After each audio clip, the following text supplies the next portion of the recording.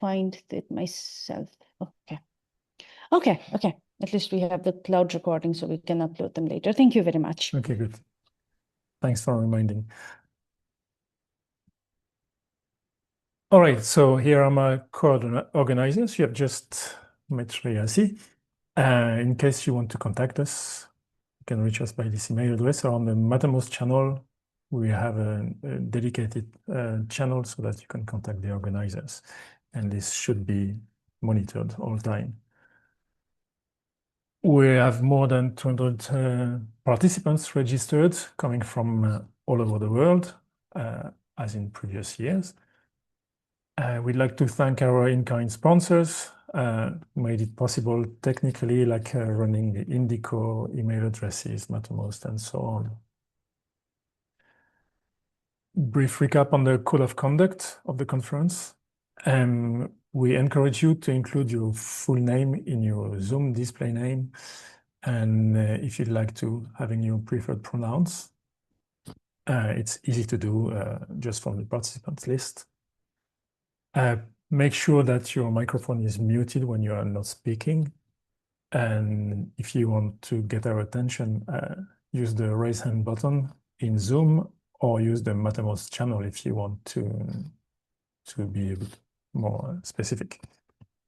We expect all participants to treat one another with courtesy, respect, kindness, and professionalism. Inappropriate behavior will not be accepted in this conference in all its communication channels. And we also expect everybody to act with sensitivity, as we all know that there are many distressing and ongoing troubles around the world. So, communication-wise, if you are okay with it, we hope you can switch on your camera when you are speaking, especially during your talks. We will try to be relatively strict on timing because we have a fully packed agenda. And when people start taking more time, then others are penalized. So try to keep to your time. And if possible, please upload your slides before your session starts. It makes everything smoother for remote participants. You have here the link for our different social media agenda and so on. All those links are in Indico in those intro slides. And we have a Mattermost channel where you can introduce yourself or ask questions. And post-conference, for the first time, we will have proceedings made available. So if you are willing to write a proceeding, you'll have until the end of September to do so. We'll send you instructions. And all sessions are recorded and will be posted on YouTube as soon as possible. You may want to introduce yourself as well. So we have prepared a slide deck on which you can fill in information about yourself, add a photo if you want. There's nothing compulsory, but we hope if there are enough people filling this to display them during the breaks to help people meet each other. And you can do the same, of course, on the Mattermost channel. All the information about where to do this is on the Indico page. You have the Mattermost and the slide deck links here on the left side of the Indico. So putting all this in context, what is sustainability? It was defined already a long time ago as being the way to meet the needs of the present without compromising the ability of future generations to meet their own needs. When it comes to us more specifically, concerning the social and economic pillars of sustainability, we have to address the deeply rooted social and economic inequities that exist in our big science projects. We all know that they are not evenly displayed around the world, and that participation in those projects depends on which country you come from, for instance.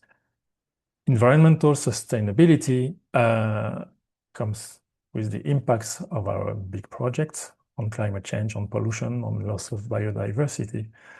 And so Sustainable HEP is trying to prioritize the direct intersection of high energy physics with the environment, but we do keep in mind the broader human impact. It's not limited to this.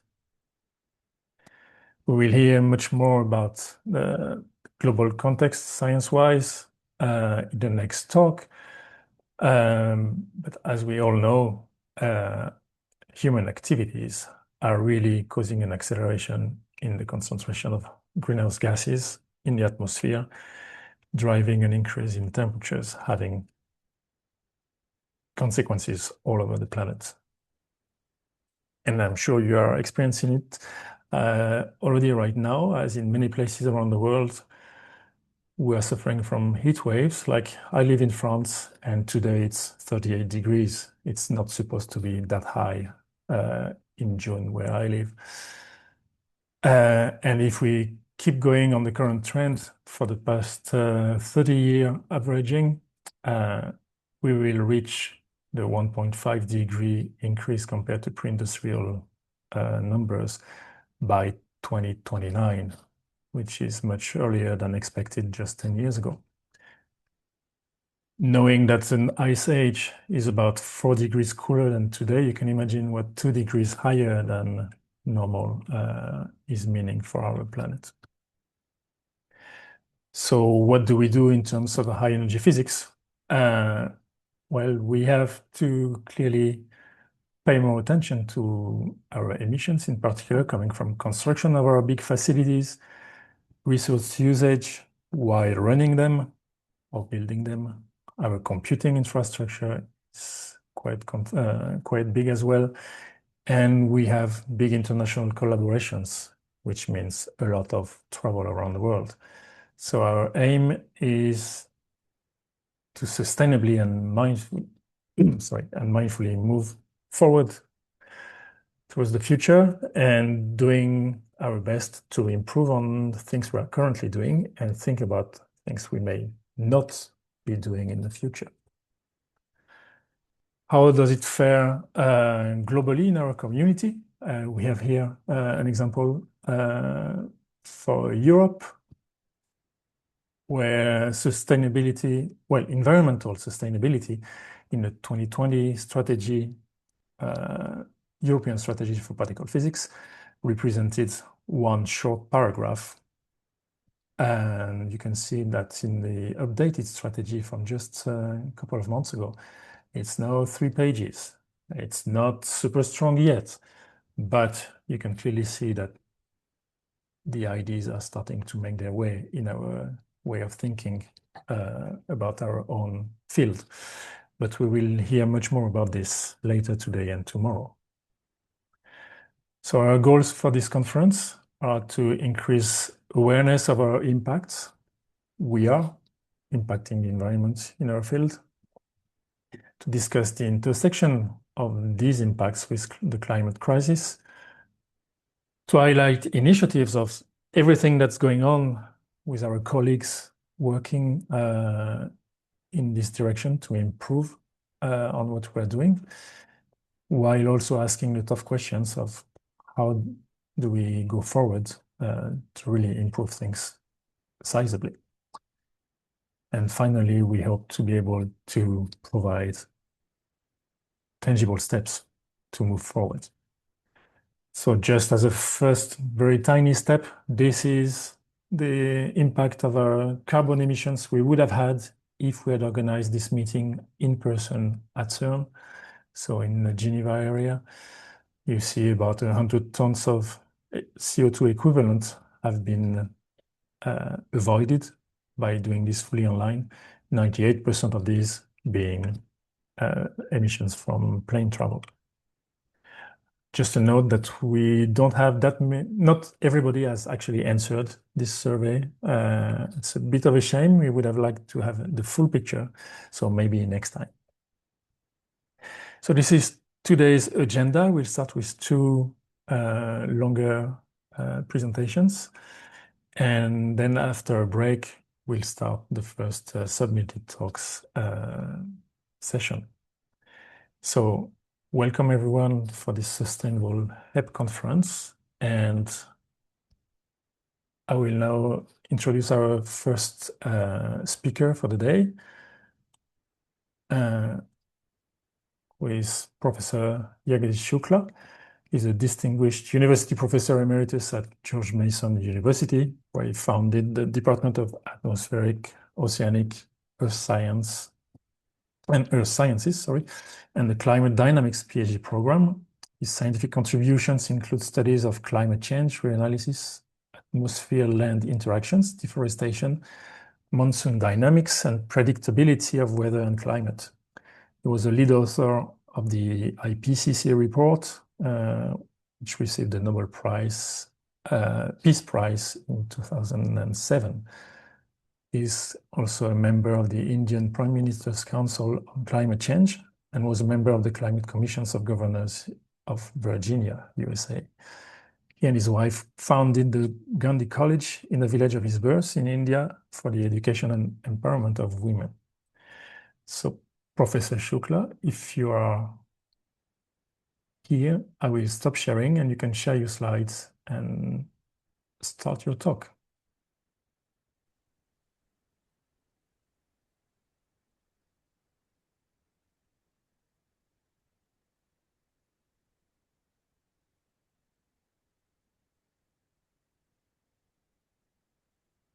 Good morning. Good afternoon for you guys. You can hear me? Everything is good? Yes, very well. Perfect. Okay, great. That was a great introduction, by the way. I'm not talking about introduction to me, but your general introduction. Of course, I had seen all your colleagues once before because when I got this invitation, my first reaction was, this is a mistake. I neither do sustainability as a full-time research, nor I do high energy physics. I have such huge respect for people who do high energy physics. And luckily, actually, I'm going to CERN in September because our group has been invited. But so I thought it's a mistake. So I thought rather than sending an email, let me call them. So I said, can we have a Zoom call? And I just want to know what it is and let me tell you my problems. Well, by the end of the Zoom call, they convinced me that, no, you are fine. So, because I have been giving lectures followed by publication of my memoir, which really consists of, personal and also science. But actually, the science part, and especially for you hot-shot physicists, it's just a lunch break. Enough. A lunch break is enough for you guys to understand the climate science. I'll still take a couple of minutes because I found out that there are a lot of problems in society because some of the basic facts of climate science are not known. And by the way, while you gave a list of things that CERN can do, and you guys can do, and you'll see I have a slide on it, that the most important thing you can do, that talk about it. Just be an advocate. Just say, because you understand science. Just talk about it. Anyway, I'll come to that. So I think this. I'll not talk at all about my memoir. Reason is because beginning is all personal stories, but they're only to inspire sort of the young scientists. I think that the most of my talk will be really about, well, some science, but then also about the policy and politics. You just saw, look at the problem, but everybody doesn't agree, and we're not able to make policy. I'll touch on that. What is the ethics? And this is almost the outline of a course I teach. But I used to teach this, and then my students, undergraduate students, came and said, sir, we have a lot of climate anxiety by the end of your class. And it is true. I was emphasizing too much on impacts and so on, and not on solutions. So I also developed sections and solutions, and I'll touch on that. Okay, and two requests to the chairman. I like to leave some time for the questions, because for me the best part is really to see what the audience wants to know or feels. So I like to leave 5 minutes. But also, if you can also give me a 5-minute warning that your 5 minute is coming, because I tend to forget my limit and I keep going. And if it is so, there are certain things I don't want to miss. So that's just a request. And okay, so let's see. Let's see. So I just will show you 2 slides to tell you and give an idea about my journey from my small village to MIT, Princeton, blah, blah, blah, Geneva, wherever I'm now, okay? So, and this is my village. So it's a biblical village. That's where I grew up. And it's not official, this is actually village. The building behind is actually my house. And I was rich enough that, well, my father was rich enough that he had bricks. Most of the village is not. This is my transportation system when I grew up, okay? This is the only way to go from one place to the other. I just wanted to let you know the sort of the where. This is what the book starts from there.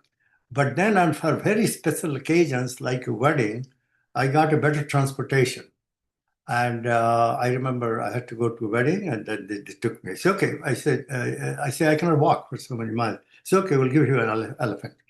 So the point of this whole book was just basically to describe their journey. And the title, Billion Butterflies, has to do with really a general optimism in my life, because I was a PhD student at MIT, and my advisor was at Lagrange, who is father of butterfly effect. So things that cannot be predicted beyond 10 days. I didn't want to believe that. So I started working on, so I did many experiments. By the way, we do experiments. We have no really much theory. And we, to show that a billion butterflies cannot actually change a predictable state. And that's what happens during El Nino. That's what happens. And when I talk to them, they say, oh, yeah, we never said nothing is predictable. We just said weather is not predictable. The day by day, the sort of the transitions are.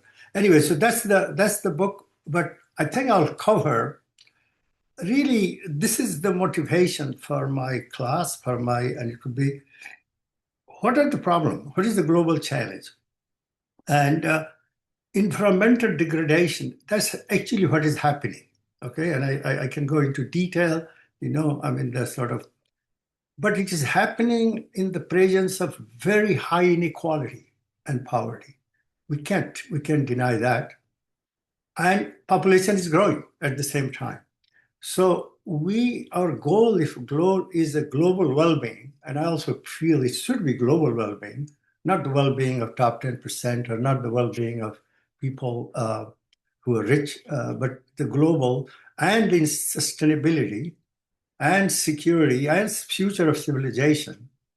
Then we really need to address all these problems, recognizing that on top of all that, global warming, the climate change is a threat multiplier. And it is actually, I have a little expanded picture of the sustainability picture that you already saw. And the point is that, yeah, sustainability is a very important problem because it is the intersection of all the physical climate science, biological climate science, and in fact, the climate science has grown that way with just physics, but then chemistry and then biology. But at the same time, we want equitable, bearable, viable sustainability. So this is a challenge. I feel that is the challenge. And okay. So now let me just, this is just a picture I'll show you a few scenes from the Anthropocene. As you know, we call it Anthropocene, and I'll explain in a second. And of course, my colleague who wanted to dramatize, so the way he chose the scales, you look like everything is just going like, okay, which is true. He hasn't fudged the data. But look at that. And what is interesting about this is that the population is increasing, but the GDP per capita, not GDP per capita, which means you are dividing by population, that is also increasing. Well, now let's face the facts. How it is increasing? let's not deny that fossil fuels were one of the important things that contributed to growth of our civilization, to growth of, okay? And what is new is that we have now found out that, no, this is a problem for the future. So I just wanted to make sure that we have realistic understanding of how complicated the problem is going to be. And that's the reason we as a climate scientist face this problem, because those who believe it, understand it, they're fine, they want to do something. Those who don't believe it, they start attacking us. By the way, you mentioned about the Nobel Peace Prize, and I wrote a letter to Obama, and immediately I was object of so many attacks, hundreds. That's in some way, that's a chapter in the book just to describe. But we have to be prepared to pay a small price to protect the integrity of climate science. And therefore, yes, there will be some. And because what is behind all this is CO2 is increasing, as the introduction, you heard introduction on the, so I really think that, and I mean, there are some numbers here just to tell you that the entire, I'll say it later, but I just want to make sure the entire climate science, I want to make sure I don't confuse you between climate science and climate change science. Climate dynamics is very exciting. It's the dynamics of the couple, and I'll spend a few minutes just to get you an idea. But climate change science is so easy to understand, and only those who don't want to understand don't understand it. Okay, they've decided, I don't want to know. I don't want to understand it. So, and one thing, for example, so we always talk about greenhouse gases, but the land, the deforestation, which is another human activity, and you're quite right, it's all human activity. But among that, the land is really a very important component of that, the amount of deforestation that we are doing. So I mentioned this already. This is a dilemma for us, right? After all, these fossil fuels are the reason we have made all the progress, right? So I think I might have said that before. That's why I will worry very little about how much energy sun is releasing and how many buildings it is building and so on. You can do a lot more by simply telling people about the science of climate change, explaining to them, your neighbors, your friends, your community. Anytime you get an invitation to talk about science, you talk about science. Because that's where our problem is. Our problem is not science. Our problem is policy. We're not able to do that. Okay. So I think that now, I just say the science, and this, I use this only, by the way, to make sure that anybody who doesn't believe in science doesn't miss this point. You're always hearing about how much energy comes from the sun. You never hear how much energy we lose to space. We never hear about it, okay? So, I mean, this is the first chapter of my book. On the first page, I ask all the students why it gets cold at night. And they all raise their hands and say, oh, sun is off. I say, okay, yes, sir. I say, okay, you'll all get a B- for that answer. B+, because they don't recognize that it is the Earth is losing 122 trillions per year. And it is the balance between the outgoing and ingoing. That's why climate is such a delicate balance. And that's why a small amount of human activities are able to change it. For 10,000 years, our temperature was 14 degrees centigrade, roughly. 14 means take every point on the globe and average it. That's what you would have got, 14, up and down a little bit. Now, for the last 100 years, it is 15 degrees. And the question is that how far it's going to go. That's what we're trying to predict. But we understand the reason. It is the carbon dioxide. There's no magic. It just doesn't allow the energy that is escaping to the space to escape and do all the cooling that it was doing. So now we have more energy coming in. And I mean, there are other fine points, but that's the essence. So just a tutorial, by the way, on climate dynamics, because we understand the climate. Any planet's climate depends upon these factors which are beyond our control. The only one that's in our control is that atmospheric composition, you see? And you see weather patterns. You see certain scale of the weather patterns. They're different on Venus. They're different on our planet. Why? Because our rotation rate is different. So if you know so it's basically the dynamics of a vertically stratified flow that determines all the fluctuations. But climate change is not fluctuation. That's actually a change. So it's a force problem. It's much more easier to handle, and we know how it is. So this is, this is my cartoon, that just this temperature difference between equator and pole that produces the meridional temperature gradient, which is given now. That meridional temperature gradient produces vertical shear. This was one of the biggest sort of breakthroughs in our science. Oh, pole is cold and equator is warm, and therefore there is a jet stream because there is a dt by dy, and that produces vertical shear. And that vertical shear produces instabilities. And those instabilities, we look at weather maps as weather, it's storms, it's this and that and moving, and it is a cumulative effect. So it's basically the basic science of weather is, and this is what Professor Charney showed for the first time. That's what made dynamic meteorology a real branch of science, to show that the instability. But in the end, we also have mountains and forests that are forcing. So now you have these instabilities combined with the forced circulation because of the mountains and ocean and land. And so you get stationary waves. So you have both stationary waves, transient waves, they're doing. These produce weather, and combined period of that is what it produces climate.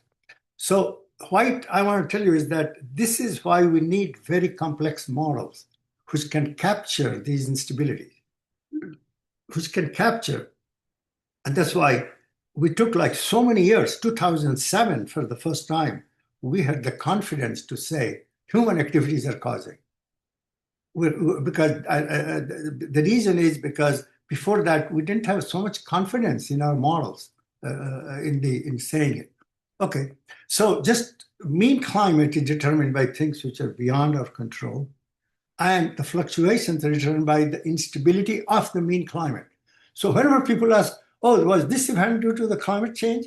I mean, every event has to be affected by climate change, because climate change is changing the mean state, and therefore the fluctuation will be different. All right. So I think that that's probably as much science as I'm going to talk.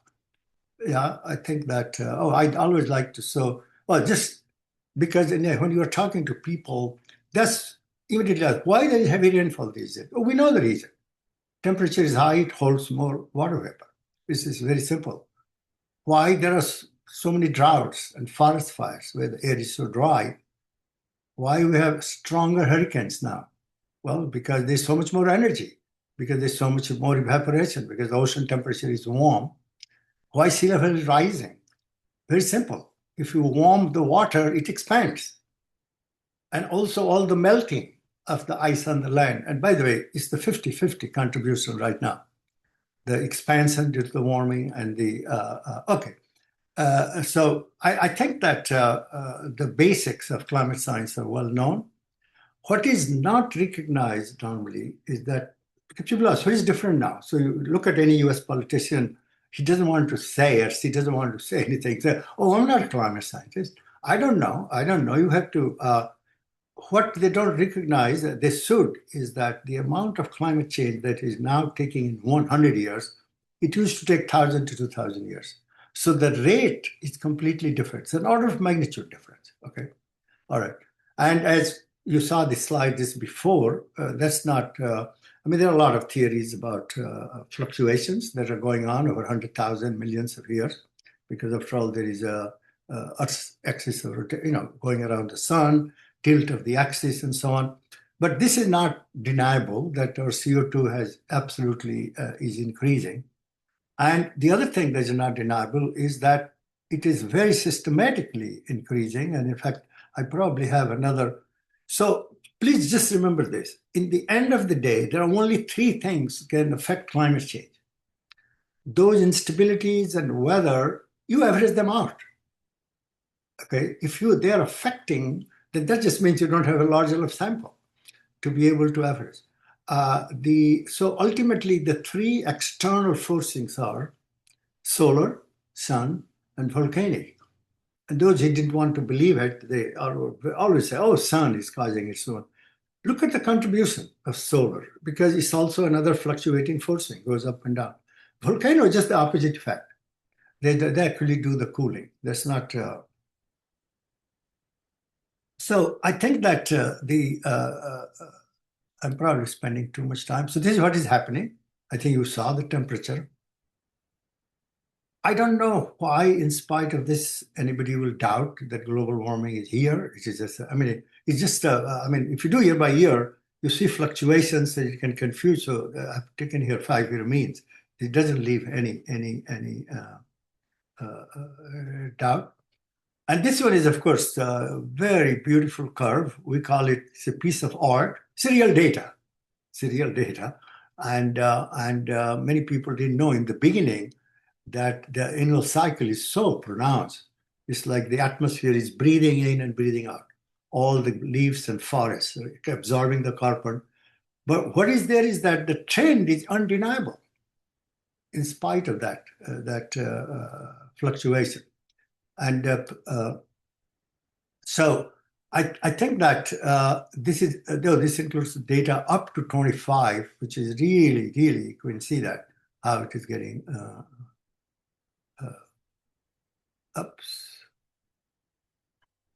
Okay, so this is we show this in the class to let the students know that, look, don't be afraid. There's nothing. These are just simple, basic equations, and this is what weather prediction and climate prediction does. Okay, we simply these are known forever: conservation of mass, momentum, and energy. The question is that how do you solve them? And we take the globe and make like millions of points and solve that at each grid point. And let's say each grid point has 10 equations. So you can see why it takes very high computing power to do climate simulations. We also used to do weather prediction, and we still do, by the way. And these days you will hear AI, oh, they can do that in 10 minutes. Please don't be fooled by that. They're just doing a statistical fit of the past data, okay? And we're trying to understand how come so they're so good, because they're good. It just shows that there was so much information, but the real progress in predictability of weather is going to come when we understand how the system evolves, okay? But that's the challenge that we have. So we are constantly, there are a huge number of groups that are always trying to improve the models. So once you have a model, then we can test a hypothesis. See, that's what it took so long for us to have the courage to come out and say that because we tested a hypothesis. Is this, so black curve is the CO2 is increasing and temperature. They look like they're very strongly related, anybody, but there's absolutely no explanation. That's not an explanation. So that is what took us so many years. So we took those models that I just showed you, and we use the normal CO2 and run it for 100 years, 1,000 years, and say this is the mean climate if CO2 was not there. Then we run with the actual CO2, and then we see that without the greenhouse forcing, we can't explain the real data. That's really the purpose of these models, is to convince people that, so it's a tool, and we're using these tools now to see. So the total problem is not CO2 alone, by the way. So there are many greenhouse gases, but I've just listed some of them. And land use, as I showed you in the beginning, in the deforestation. So these are the ones that are causing warming. But there are also things that are causing cooling. There's the aerosols and volcanoes. And see, if they were not there, our warming would have gone far more. And I think these experiments have been done. Let's see if I can find. Oh, yeah. So you see, this is a very reputable model. So they took each one of them separately. And they said that, look, so our confidence in this theory, our hypothesis, it just keeps increasing because you can see the individual components. And then when you look at all of them, then only we can go and explain the current data. So this is 2007. So there's a question is, what happened? Why 2007? This process called Intergovernmental Panel on Climate Change got so much recognition. This is the figure that got, because it's only after the models were of that quality and data that we could show that, look at this. If you don't, this is the natural variability, but the real data cannot be explained. So you see, what you need that kind of experiment to prove the negative, opposite of the negative. And then the confidence was very high that, okay, we can say that it is human induced. And of course, once we say that, all the hell broke loose. The fossil fuel industry decided to go, because that's, for the first time, they thought, oh, wait a minute, this is a serious matter. Because now they're saying climate change, and they're all over, so, oh, this, that. Now it's all human activities. So this was the first time we got the confidence that, oh no, it is because of human activities. And this is 2006, most recent. So we do this process every 5-6 years. I think it's too much we are doing because we're wasting too much time convincing people, which is already a well-established fact. But this is the result of these models, and you must have seen these figures all the time. Land is warming faster than the oceans. Poles are warming much, much more. But see, here's the beauty. Look at this. Ocean is not warming. And people say, oh, see, global warming theory is not correct. No, it's part of global warming because that's where comes the dynamics. This time it's the dynamics of the ocean, not just the dynamics of the atmosphere, the dynamics of the atmosphere-ocean coupled system. And, that produces, even in the presence of global warming. And now, so what about the future? Well, here's the problem in future. How do we know what society will do in the future? How do we know what the energy systems will look like in the future? Okay, so we make scenarios, we make assumptions. Let's say we do nothing. Well, that's the top one. If we do nothing, that is really bad. And then we have different scenarios. And by the way, recently, climate scientists decided do nothing is not a good scenario. So we removed it. Guess what? The skeptics and deniers went crazy. See, I told you these climate scientists don't know what they're doing. Now they're changing. Now, see, this is the problem we have in convincing the society. But anyway, we're optimistic. I'll show you more about this, where we are on this. Okay. Sea ice. This is a prediction. What will happen to the sea ice? It's already, in fact, the observations are a little bit more heavy than the predictions. So there's definitely is sea ice is going, and you can see already that by the amount of war that has started. Arctic ice, this is a beautiful figure. So we feel always, I like to see that because you see how big is the area covered by sea ice in 1982. This is in 2012. Okay, so it's you can see year-by-year fluctuations, but the trend is very clear.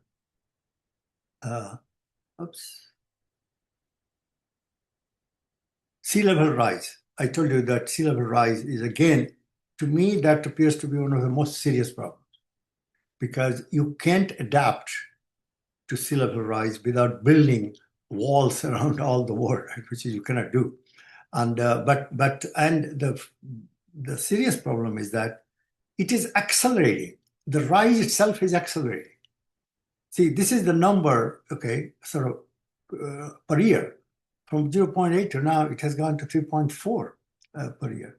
And one of the reasons, by the way, we came up with 1.5 or 2 degrees is because the one very reliable data we have on 130 years ago is that the sea level was about 5 meters high.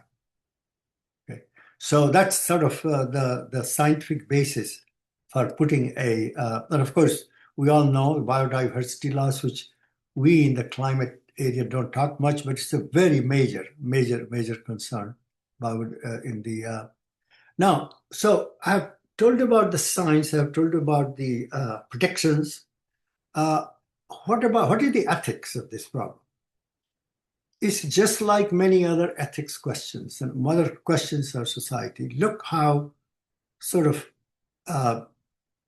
unfair it is that 10% of the people, their release is 27.5 tons per capita, whereas the 90% of the people, their release is 3.6 tons per capita.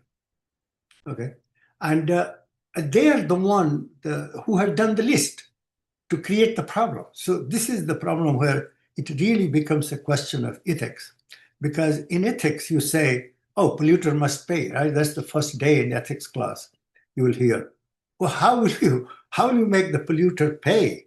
Polluter also have big guns. Polluter also has, and some polluters are crazy in their mind. So, I mean, how can you say that polluters must pay?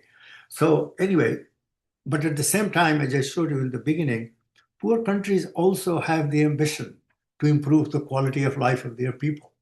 So that's where it becomes. So whenever there is a meeting of leaders, and I know from the Indian leader, they just say that we need to improve the quality of life. And therefore, you can tell us, cut down your emissions while we are trying to improve. Because one thing is well known, the energy consumption and the development index are very strongly related. If you see the plot, I didn't want to show so many plots, but you just see it's a very strong relationship. So what is the problem? And where the challenge comes to do anything? There are many kind of challenge. One is who's releasing it, and I'll show you some data. So one challenge is, do you want to do rich versus poor? Do you want to do something? The rich people are not going to compromise their quality of life. So, I mean, so that's a challenge, and they have the most influence in politics. Then there's also a challenge between developed and developing countries. And so it is not a purely science problem. It's also very strongly an international politics problem. So, as I said, those who have contributed the least are going to suffer the most. That's the unfair and unethical aspect of this. Okay, so who's doing it? I've already showed you in any society how the rich people are really responsible for most of the pollution. Okay. Internationally, these are the distribution in countries. So until 2005, in fact, US was the number one, okay, in release. Now, of course, China has taken over. And they use the same argument. Oh, I have to increase this, although they are making. But the other country which is going up now, look at China and India are the ones which are going up. So this is a question about the challenge is about how do we actually go so let's see. So how do you make a policy? So I just wanted to show you a quotation from Jefferson. Well, we are celebrating Declaration of Independence here, and everybody's talking about Jefferson. He said that the role of the institutions is to advance and keep pace with the times and advise the society what to do. That's exactly how it should work, right? How it is working. This is the way it is working. That's what Jefferson wanted. Look at, there is a compelling evidence of the National Academy of Sciences, members of the US community globally, but the US government doesn't care. So see, that's the kind of challenge that we are facing. So I said about policy, but policy depends on politics. So I think that when it comes to politics, we in USA are the worst example. Okay, absolutely the worst example. This is the real data, by the way. of all the votes by the Congress on the environmental voting rights. Okay, this is 2015, by the way. So I have been giving this class for many years. I used this class in 2015, and I made a cartoon that this is a climate student, climate scientist. He's praying God, please do something, because unless they both come closer, there will not be a climate policy. And then unless there's a climate policy, nothing will change. What does God do that year? Okay, so God didn't help us much at all. Okay, so now, but you can see how important politics is. And US is the worst example. So Obama was involved with Paris Climate Conference, okay? And he helped really that agreement. He and the Chinese president and Indian prime minister, these are the three big guys who really, they used to make phone calls regularly to their teams. I was part of the Indian team, and I knew that head will come. He said, yesterday Obama and our prime minister had a conversation. This is what, they were controlling positions right from there. Then Obama became president, got out of the Paris Agreement. Next day, okay? Then, oops, I don't know what's going on. Okay. Can you guys see? Can you see? Yes.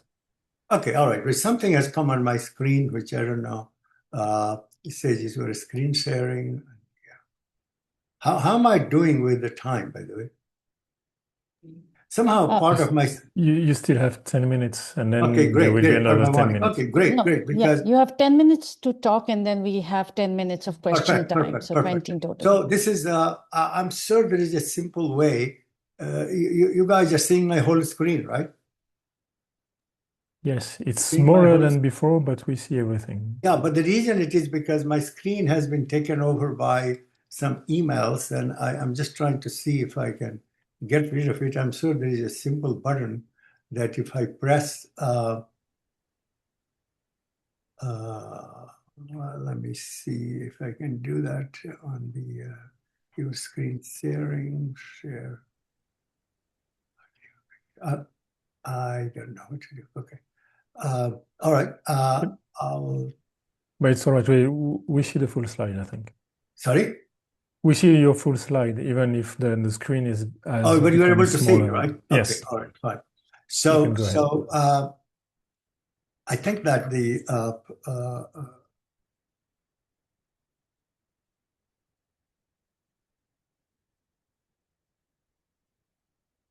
okay.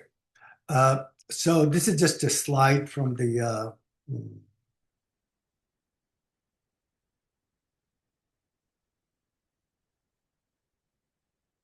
I need to, because, the button where I change is, okay, here, all right. So anyway, so I think that, I think it looks like I skipped a lot of slides, but I think I told you this already, that how every president comes and goes in and out of Paris Agreement. How can you make a policy? And not only the presidents, the funny thing is that they get advisors who give them completely different advice. So Obama, 50 miles per gallon, Trump people came and said, no, 37 is good. It will kill less people, a few more people, but that's not. Then Biden, now we are back. Simple thing as estimating social cost of carbon. That's sort of you estimate what is the cost of releasing. And Obama advisor said it was coming out to be $42 per ton. Trump administration people say, no, it's $1, $6. So just imagine the challenge in this problem. Okay, so we really have to give hopeful signs. I'd like to end with a hopeful sign. And there are 4 categories of hopeful signs I just want to mention to you.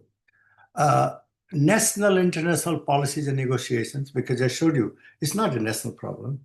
It is really international negotiations are very important. Paris Agreement is a good example. Technological advances, that's definitely very hopeful. Battery prices. Each individual policy is concerned. I mean, the opening remark you guys made, you're concerned about your carbon footprint. You are concerned about, but I'll show you, that's true all globally. But the last thing I want to mention is also the individual and collective action. That's very important. You must have read this, and everybody knows this technological advance is just absolutely amazing, particularly about solar and wind energy. If the politics allows you to put it, if the politics doesn't allow you to put it, which is because in my country, well, in USA now, it has people have learned that the windmills are very bad. God knows why, but they're very, very bad. They kill birds and they do things like this. But here is the good news, is that for the first time in 2000, after, I mean, the coal, which was the major supplier, the renewables became as much as coal. That's a big role of institutions. I already mentioned that each corporation and institution is taking action, okay? And I know universities are developing climate action plans. 350 corporations have pledged net zero, okay? 50, the airlines have already made commitment to carbon neutrality. 450 cities have committed to net zero. Major financial institutions have pledged to do, but some of the US ones are pulling back now after the new administration came, okay? And of course, worldwide auto industry is shifting to electric vehicles. But you see, and many of these issues are great, except that, again, I mean, I'm kind of very sorry to say that, but you see, the almost in all of them, the obstacle is the US policy and the US politics, which is also affecting globally. These are numbers. You don't need to go over that, but these are all the numbers, and you can see that these comments that there are hopeful signs are backed up by actual numbers. What you think? And I have to say, EU is really at the top in the contributing to and also probably putting some pressure on this. Now, I think that individual and collective actions, I like to emphasize on that because people don't realize how much power they have. And you see, in 2019, there were 7 million people who were advocating. My own university, after a lot of struggle, has now agreed for a net zero emissions. Of course, we as individuals can contribute by changing our driving, diet, food, waste, travel, appliances, shopping. I mean, it's just not there. What do we shop? A lot of people are now doing eco-friendly shopping. Stores are building those. So there are a lot of things on individual level that are being done. But this is where it looks that this is where we are, and this is where we need to go. So this is a diagram that shows that the worst scenario that I told you, we're not even considering that. That's a big positive sign. We're not even thinking that will happen. Current policies are still very bad. We'll end up with 3.1 degree, okay? And if you take all the pledges that were being made now, or they were made in the Paris Climate Conference, and still we'll end up with 2.6 degrees. So the only pathways for 1.5 degree is that we must take out CO2 from the atmosphere. And that's very important. And a lot of work is going on that technology, because there are certain activities cannot be done by renewable furnaces. And so therefore we have to develop technologies to take it out. So as you say, a lot of people in my lectures, they always ask me, okay, what can I do? What my organization can do, and so on. So I've just reduced that we can all reduce our personal carbon footprint. That will require some sacrifice. And again, as I said, car, house, diet, travel, conserve energy and water in our day-to-day activities. But I like to emphasize that how important it is, because I told you the big policies, the big impacts will come from the policies. Policies have to be made by policymakers. Policymakers are elected by us, by individuals. And therefore, that's where the general population who's concerned can do is the vote, elect climate literate leaders.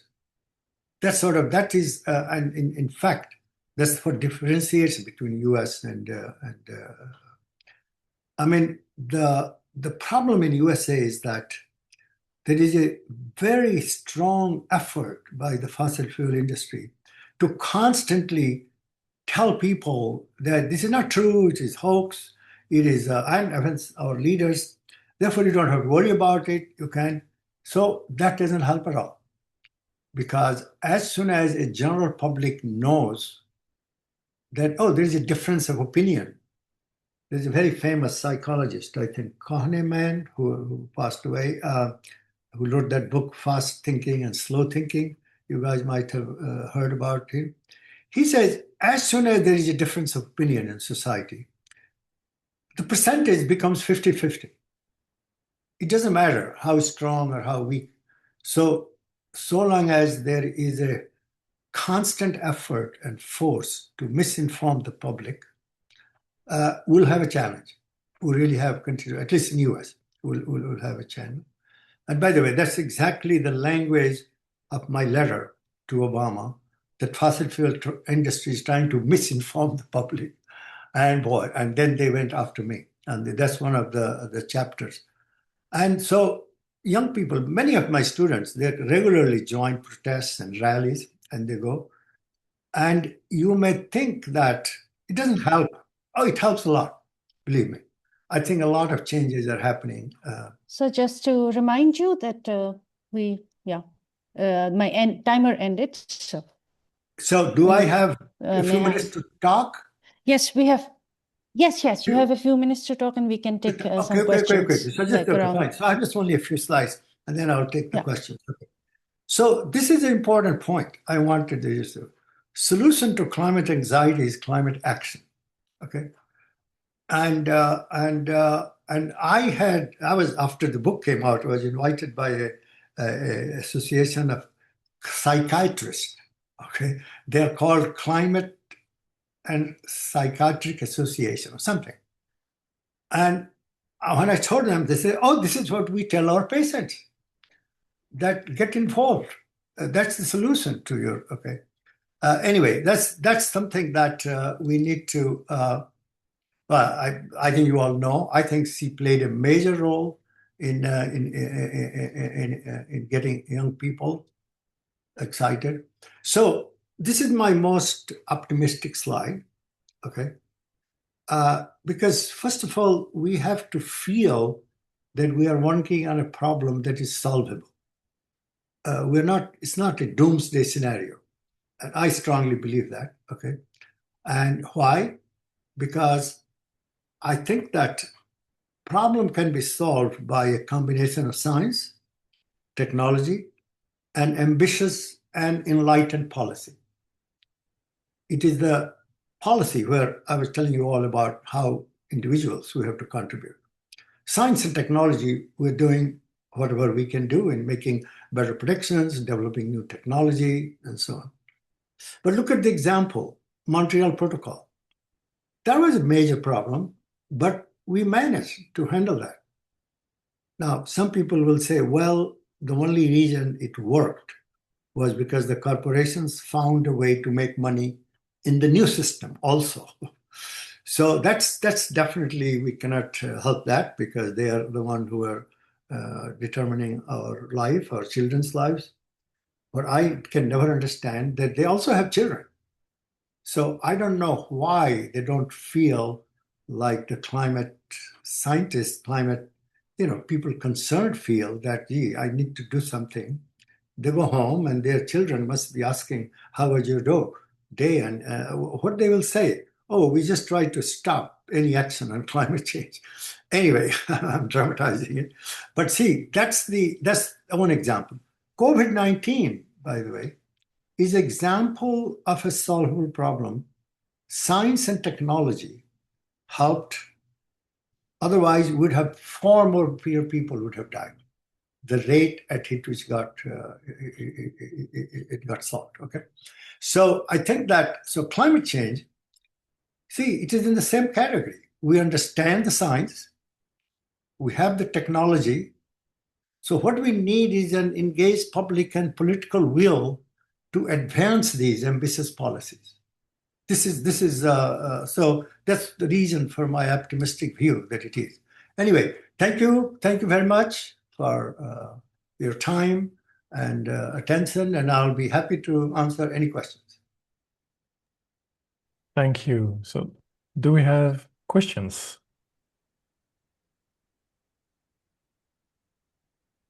If you have a question, please raise your hand in Zoom. Yeah, we can go alphabetically. I think we have Henry first. I see Hi, 3 raised hands already. Yeah. thank you very much for this brilliant talk. It was really interesting. I have a question because I think it's so cool that you have so much experience of policy and policy making. I worry sometimes that one of the things that hinders requests for policy change is that they're so broad that they can often be distracted by minor changes that don't have such a large impact. So what I would be interested to know is where would one ask for a policy change to maximize its impact? And if I looked at the graphs of which sectors are emitting how much, generally transport is at the top, often construction's quite high too, frequent. Yeah. You were looking at European law, where would you be looking to make a change for maximum impact? Okay, so I am not expert on European law, so I may not be able to answer. Maybe somebody else will be able to. But the overall goal is to reduce the emissions. Okay, and it's a compromise. In policy, always there's a compromise between this and that, and that's where the real politics come and the interest of the actors get involved. But we have the ability to do numerical experiments to say, okay, if you do this policy, then this will happen. If you do this policy for a specific problem.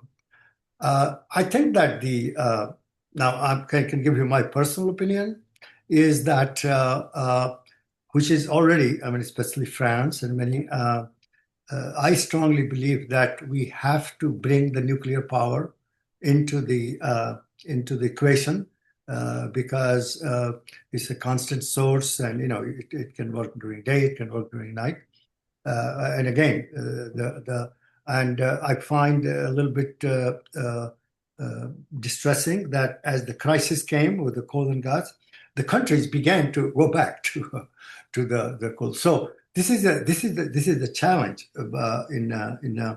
but I must confess I cannot go into the nitty-gritty of the European policy, okay, just because of my ignorance. But EU, let me tell you, is doing the best. It's the inspiration for the rest of the country. It is certainly the rest of the world. And Thanks, that's a really useful perspective. Thanks. Veronique? Hi, thank you so much for the brilliant talk. It was very inspiring and full of information. So thank you for this. My question is your personal perspective on a point that I worry a little bit about, which is geoengineering. And some countries have started to do local geoengineering at a small scale, but I'm especially worried about China and India, and they will, I believe, they will be very affected by climate change in terms of their geography and their population. And is there, from your perspective, do you see this as a realistic threat that they could deploy geoengineering at scale and and this might have, of course, all sort of consequence on the global climate and everything. So I would be interested in your perspective on that. That's a very good question. I had slides about geoengineering, and I thought, well, I had to really choose. And I said, so individually, I'm very concerned about the unintended consequences of geoengineering. For example, I have worked most of my life on monsoon dynamics. Yeah. And monsoon dynamics is not just depends upon India, it depends upon the overall climate between the ocean and the land and the gradient of temperature and moisture. And I think that if India government ever got me involved, in my opinion, about geoengineering, but they haven't done that, by the way. And let me tell you what's going on about India. I'll say we have to have very strong proof that this will not. And for that, we do need models which are so good that they can capture the monsoon now, and then they can capture the monsoon in a geoengineered climate. Okay? We don't have the models that can capture the monsoon now variability so well. So I'll wait. I'm very skeptical, I should say. On a personal note, for the last 6-8 months, there are groups which are just calling me and so on. They want me on the advisory committee. They want me on the board, because I'm also involved with India, because they want to push geoengineering. And I have to admit, I've never been able to. These are friends. These are people that you know, and therefore there are so many forces that are working on making it happen, and which is a mystery to me. Why it is? Are they really so concerned because their arguments are very good? Oh, this is only because if the things get so bad and so on. Well, if things get so bad, why don't you work on reducing the CO2? Why don't you work on consumption? Why don't you work on... So anyway, so I tried to find out where is the funding coming from for this kind of push. And it turned out the funding is coming from some individuals, that you can't even figure it out, because you do need funding, you do need sources of support and so on. So science community in National Academy and so on, they are treating it as a science problem, as a research problem. But I totally share your concern myself, and I will, I'll very much demand a very clear demonstration that this will not. I'll give an example. I want to make sure that monsoon will not break down. Okay. With such large scale, there are very few large scale activities that affect monsoon. And now we're talking about the livelihood of billions of people. Yeah. Okay. Thank you so much. Thank you. We'll take one last brief question from Pratik. Oh, hello. Am I audible? Hello. Yes, we can hear you. Yeah. Sir, actually wanted your opinion on artificial intelligence, as it is the most funded industry right now. It has massive, it may be able to provide some very great climate-related problems, solutions. But on the other hand, it requires a lot of energy and resources. What is your opinion on it? And an extension to this question is, if we are researching about a new technology, for example, EVs or E20 fuel, how do you go about deciding the trade-offs, and if this is net positive for the environment? Okay. First of all, I don't work on artificial intelligence, but there was another. I had other slides on artificial intelligence and weather prediction, but I didn't want to go. I can just tell you that Wired magazine, after my book came out, they asked me to write an article because they could sense that I am skeptical about how the artificial intelligence will help weather prediction. Okay, so just first let me explain. The weather prediction, as I showed you, depends upon an initial state, initial condition, and then you calculate the evolution of that state in 2 minutes, 30-second time steps by using those equations at billions of grid points. That's why that required so much computer time. And artificial intelligence said, oh no, you don't need to use a supercomputer. I can make you a 5-day forecast, 10-day forecast by simply using 70 years of past initial conditions and fitting data, fitting a model, fitting a neural network. So, and they're able to do as much, just as well. They're able to compete with it. I personally do not believe, as I have published already, that they will ever advance the knowledge and they will really bring the kind of breakthrough. And all the costs involved, by the way, are not for solving the climate problem. That all the cost involved is because they want to sell their products. They want to do, it's a competition. I mean, between who can do. There is, I think we cannot help that. So let me just say for weather and climate separately. Weather, definitely they have demonstrated that by simply fitting past data, you can make. And I personally can totally understand that because it depends on initial condition. And now we in weather prediction models use one initial condition. They use 70 years of initial conditions. And they fit it with this, okay? There's no demonstration that these artificial intelligence models have done anything better than models beyond 15 days. No, there's no predictability of monsoon. There's no predictability of El Nino. There's no predictability, sort of the actual, because they don't address dynamical processes. Okay, so I think that the only downside of it is that all the other countries, which I don't consider it's a downside, who had a lot of community of young scientists working on regional models, small models, try to get weather forecasts, they just go to artificial intelligence rather than thinking about what the problem is. But it's not going to really do any advancement of physical understanding. And I think that the whole argument for weather for artificial intelligence is not that it will take a lot of energy, but it will take so little energy to be able to do as good as supercomputers were doing. The only positive thing about the artificial intelligence is that maybe where the models, remember the models I showed you, their resolution is 100 kilometers. If you go to 10 kilometers or 1 kilometer, now you need hexaflop computers. On the other hand, artificial intelligence locally can fit data for a very small scale and try based on if we have the observations. But then you need the observations because nothing works without the past data of the observation. So so as you can see, I'm every time I take part into artificial intelligence discussion, I announce, okay, I'm a Luddite, if you want to call it, but I really am not a fan. I really think we need to spend more time in understanding the physics and dynamics of the system, to which AI is not at all helping. AI can help process all the data.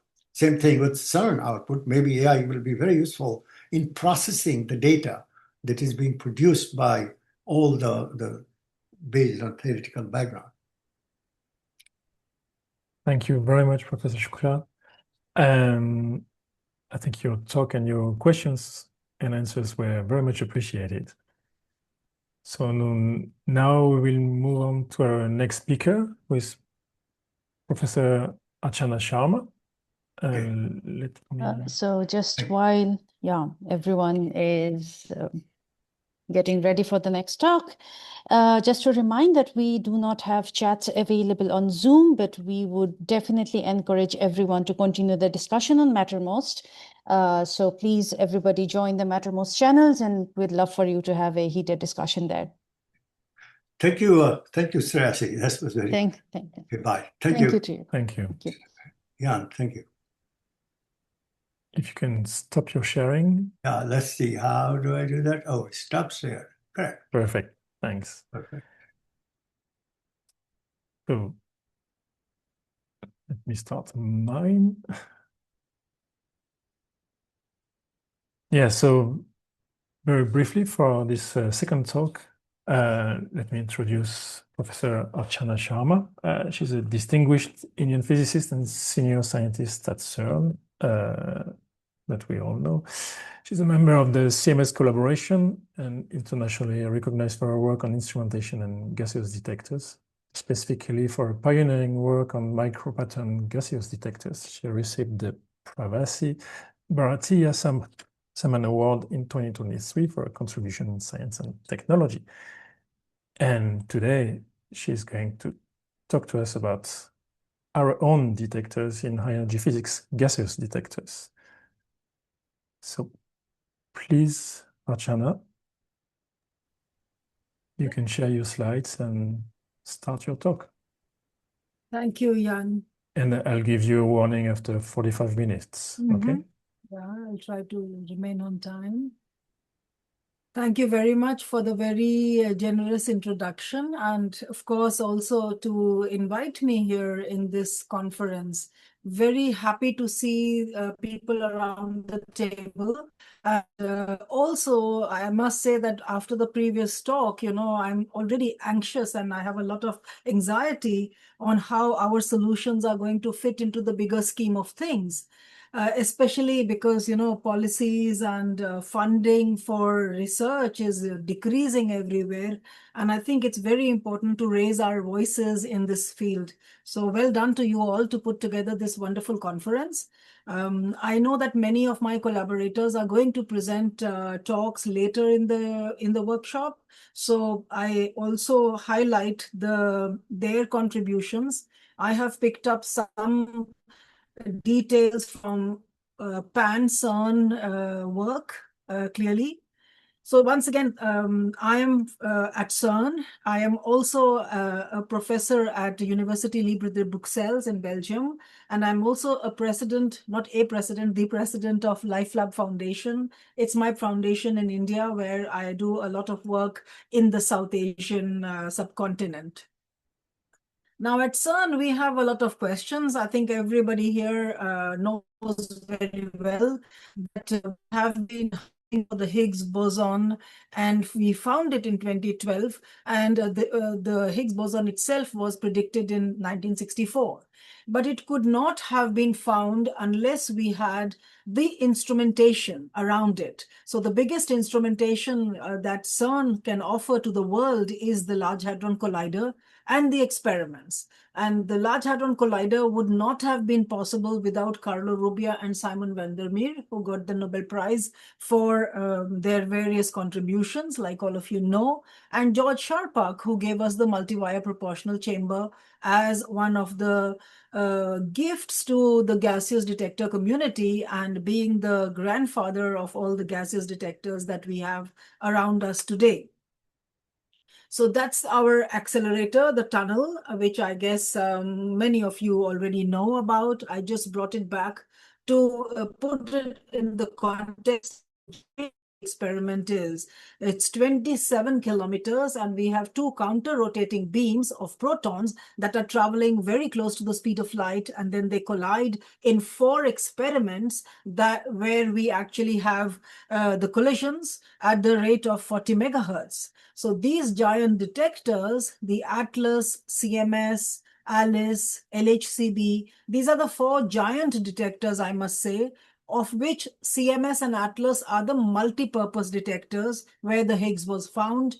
ALICE is looking at the quark-gluon plasma and the primordial plasma at just a few microseconds after the Big Bang, and LHCb is studying the matter-antimatter asymmetry, among other things as well, of course. And now and then we keep hearing about, discoveries of composite particles coming from LHCb, and also from ALICE we have anti-nuclei forming in the coagulon plasma as well. So there's constant physics results that are coming out from these detectors, and not only, I will not go in greater detail on the full program of CERN, but just to highlight that the Higgs boson was found in these two detectors, which are very large, very huge. I suppose for those of you who have not been to CERN or not been involved in these experiments, they are very large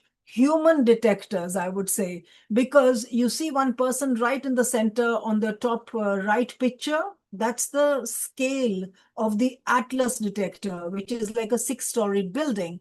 And it is completely filled up with gaseous detectors, which detect muons and other radiation that come out from the collisions. On the bottom left, you see the CMS experiment that is completely closed, and that also is a 6-story building, although it's a much smaller detector compared to Atlas. So Atlas is large and light, CMS is compact and heavy. And what you see on the top left is Fabiola Gianotti, who was the Director General of CERN for the last 10 years.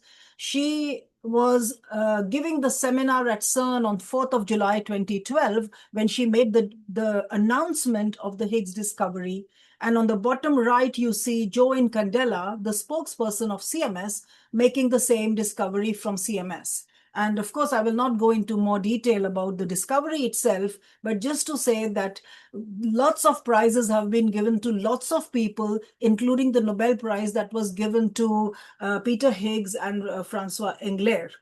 And of course, recently in 2025, the Fundamental Breakthrough Prize was given to the 4 experiments at CERN, which are these 4 experiments I mentioned to you before. All right, so these detectors are very large. We have established that. And in addition, these detectors measure the energy, direction, charges, and the tracking reconstructed tracks from the collision points. And all the particles that are formed, they are following the 40 megahertz of collisions from the collisions, and we have to reconstruct these collisions, and the rate of collisions is whittled down to 1,000 before we can actually record and keep them, simply because we cannot keep all the data. And obviously, no single institution can do this alone, or no single country can do it alone. So these detectors have been built by international collaborations covering all regions of the globe.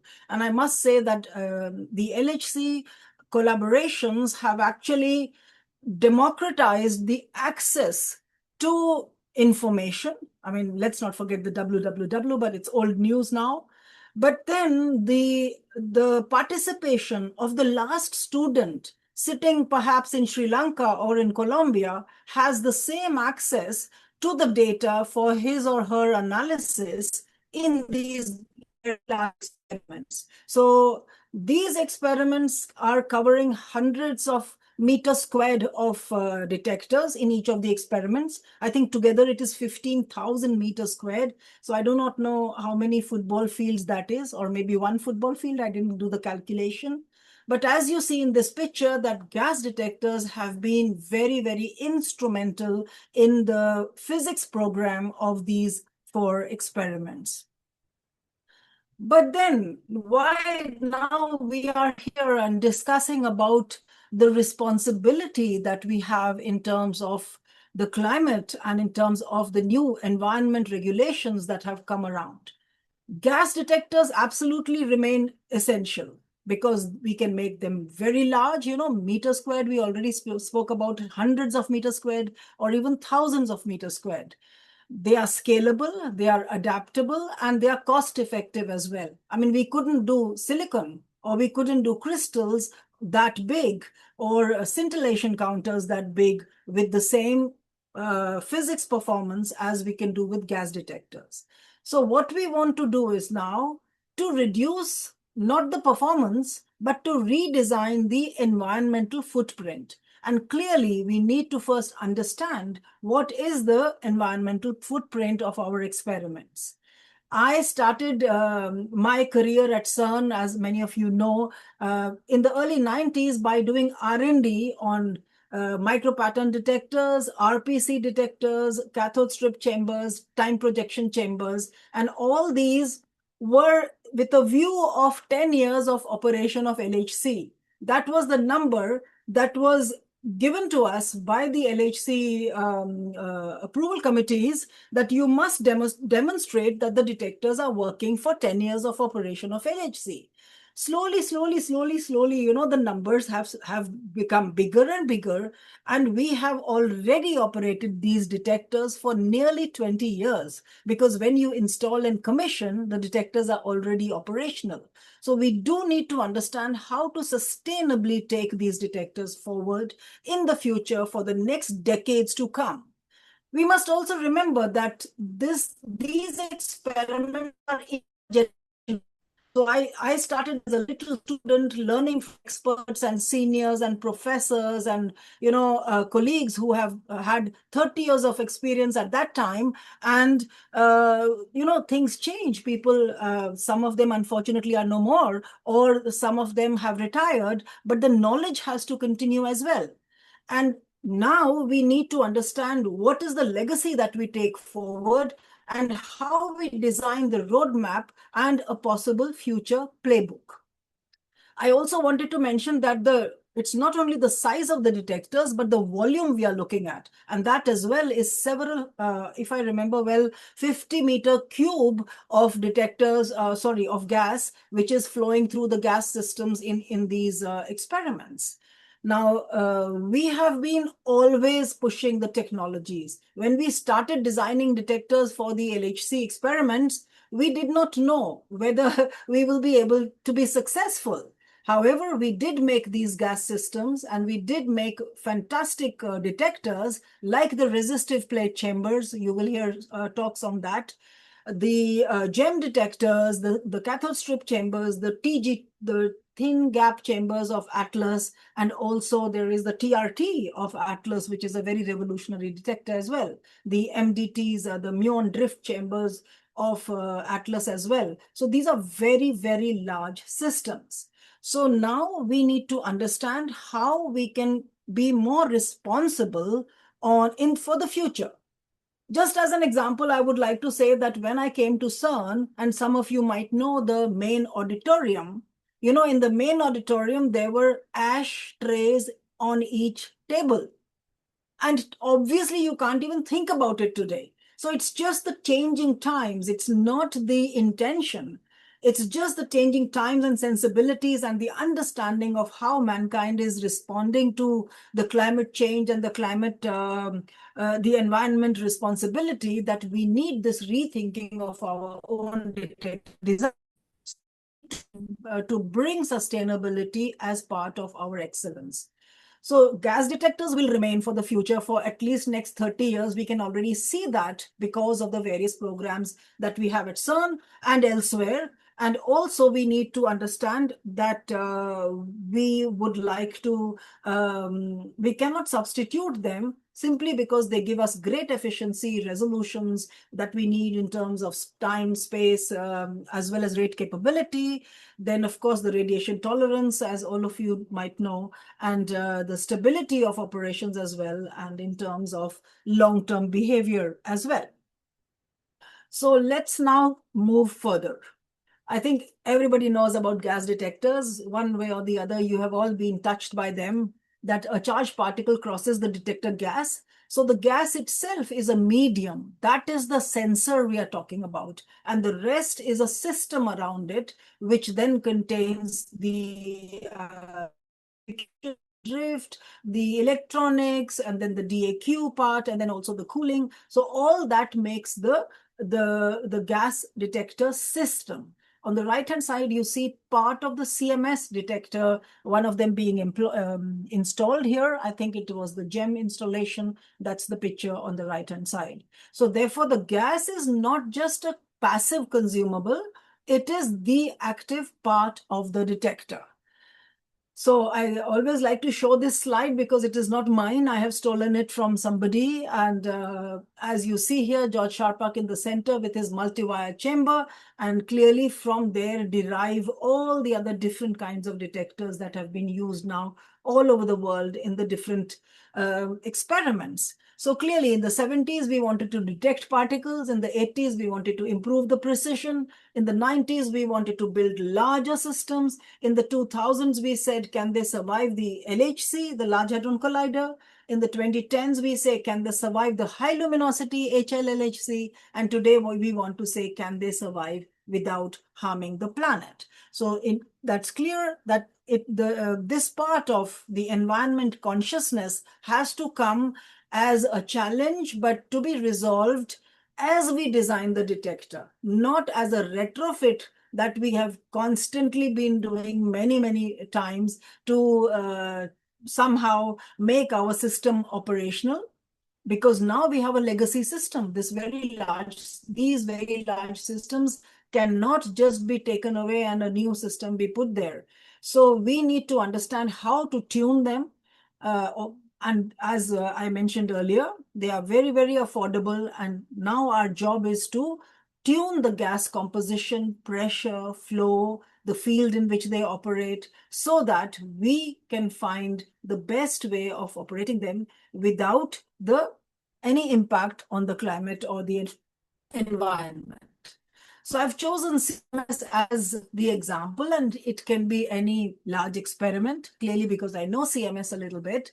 And therefore, for CMS, what have we learned by building those detectors? I mean, first of all, it took about 2 decades to get there, to build everything and then to test, then to do the production, installation, commissioning, and then operation, of course. So this has been an incredible journey. Also, personally, for me, it has been an incredible learning experience together with my collaborators. Obviously, nothing is possible for one person to do anything alone.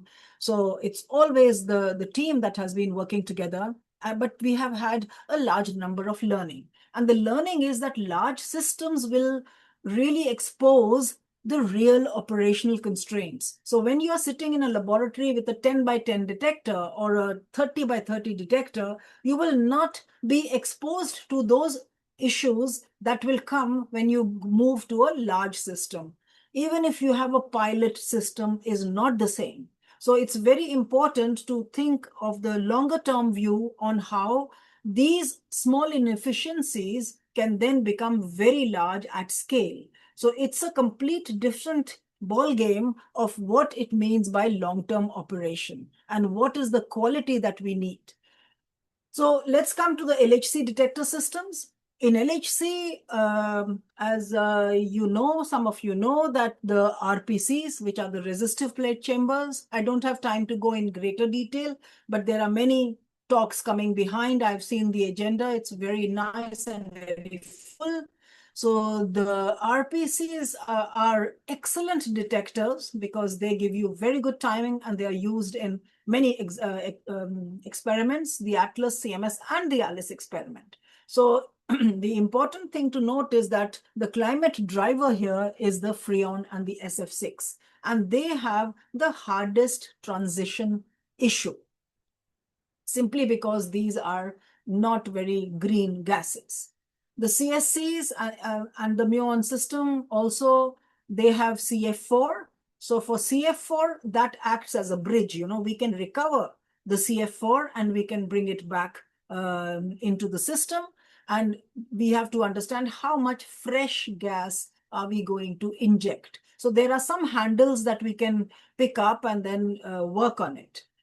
And of course, the TPC in ALICE has a very large volume, but it's very, let's say, well controlled because of recirculation.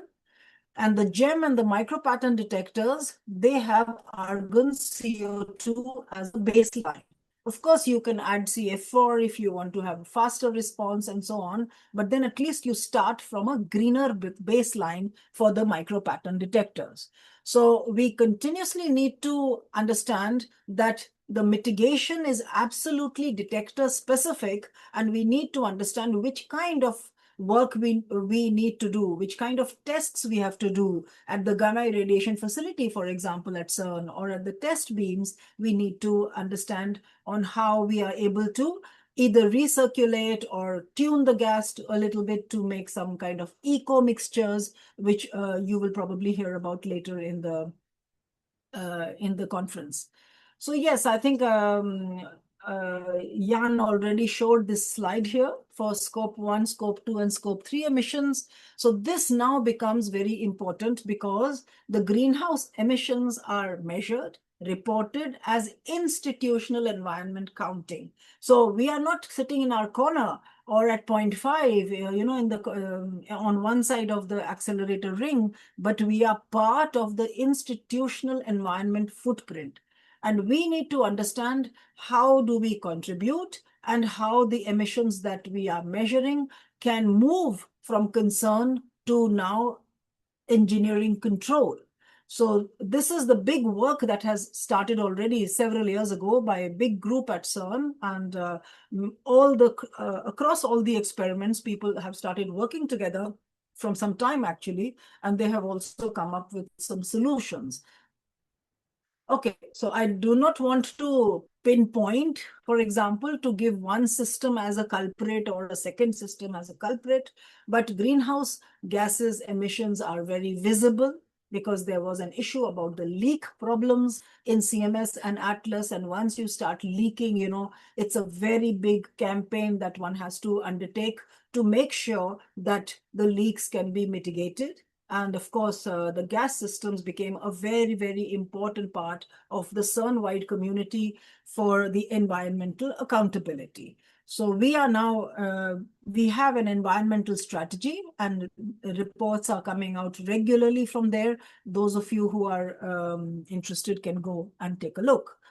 Now, let's take one zoom look for the gases that we are using in one of the detectors. So typically we use freons and SF6, for example, and RPC, the resistive plate chamber. It's a very simple, efficient, fantastic detector, but it only works when we have a very tiny fraction of SF6. And when you look on the left side of this slide, you will see that the tiny SF6 has a very big greenhouse warming potential. So that's the takeaway, that trace amount of SF6 can disproportionately burden us with the footprint that we are giving towards the sustainability target that we have. So we need to understand how to reduce that and how can we tune the mixture in such a way that we can be less polluting, so to speak. So yeah, there are more details here. You can go in this a bit later. I will leave the slides, and Shreyasi will upload them eventually. And you can see the comparison between the fluorocarbons that are actually dominating the GWP gas footprint at CERN in a very big way. So the first mitigation process or the operational lever that we had was to reduce the fresh gas demand. So it means that you move from open flow to closed loop. So first of all, you're not exhausting it. So you bring it into a closed loop recirculation in such a way that you top up a little bit of the fresh gas, and that is how the leaks were slowly discovered also.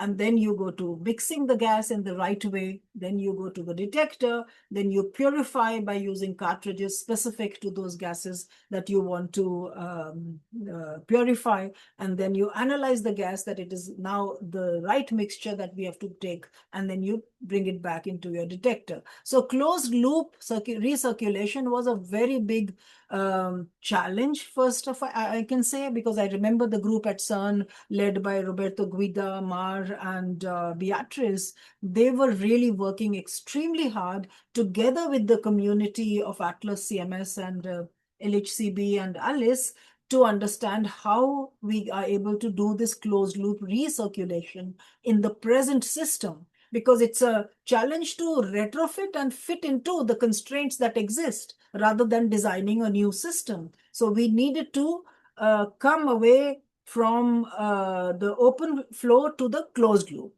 And then, of course, we started hearing about the environment around these fluorinated gases. They started becoming stricter and stricter. And then also at some point, if I remember well, there was also some reports that these gases will not be available anymore. So our gas choices were really facing very strong scrutiny. So now with a lot of hard work from several groups, recirculation started becoming modular. And I would say that it's not only CERN, but and LHC scale systems, but one can also have smaller recirculation systems that can go to an R&D laboratory. So one kind of a message can be that if you are working on any system of such or any of these kind of detectors which use fluorinated gases, you might want to consider to move to these kind of recirculating systems which are now available. And there are other options as well. If you operate GEMS, then they operate with argon CO2 mixtures in all the major applications. Micro-mega system also, for example, the new small wheel in Atlas, they use lower impact argon CO2 mixtures as well. And TPCs have very large volumes, and so obviously they need very high pure gas, and the rich system need the specialized fluorocarbon radiators that are very difficult to replace because of the optic possibilities.